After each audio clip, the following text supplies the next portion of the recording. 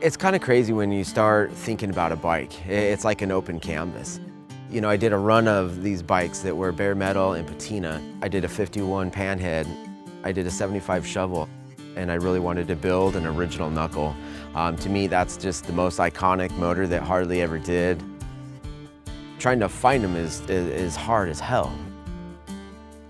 All the years of building bikes, it was always about building up to the knuckle to me.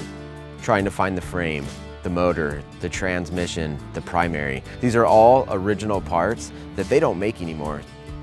It took a lot of work and it took a lot of friends to find all the parts and pieces. I ended up getting a 46 knuckle motor that needed to be completely rebuilt. I ended up finding a 45 frame in the rafters at some old shop in Colorado. My buddy had some parts, we had to shop around. It took 3 months to find all the parts and to get it all put back together. I felt like the knucklehead motor really lends itself to this old gnarly style of chopper that I really wanted to do.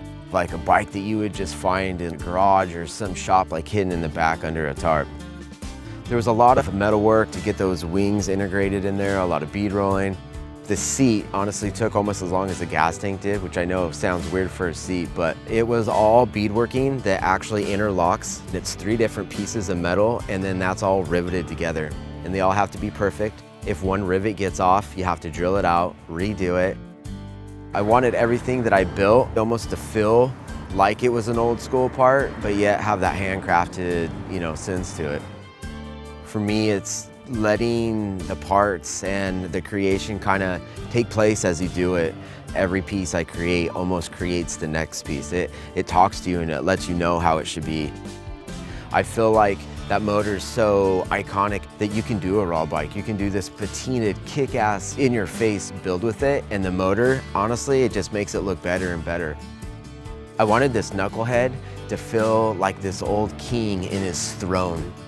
With this old crown and all this armor, but a king that lived a lot of life. This guy's been through war. This guy's seen all kinds of shit.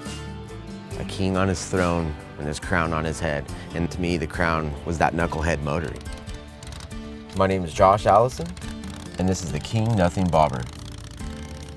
This bike is really, really special to me. It's kind of the end of a series of bikes that I had in my mind that I really wanted to do. I'm very thankful for this opportunity with Harley to be a part of their online show. And I think, I'm gonna be switching it up in the future, which I'm excited for, and I think other people will be too.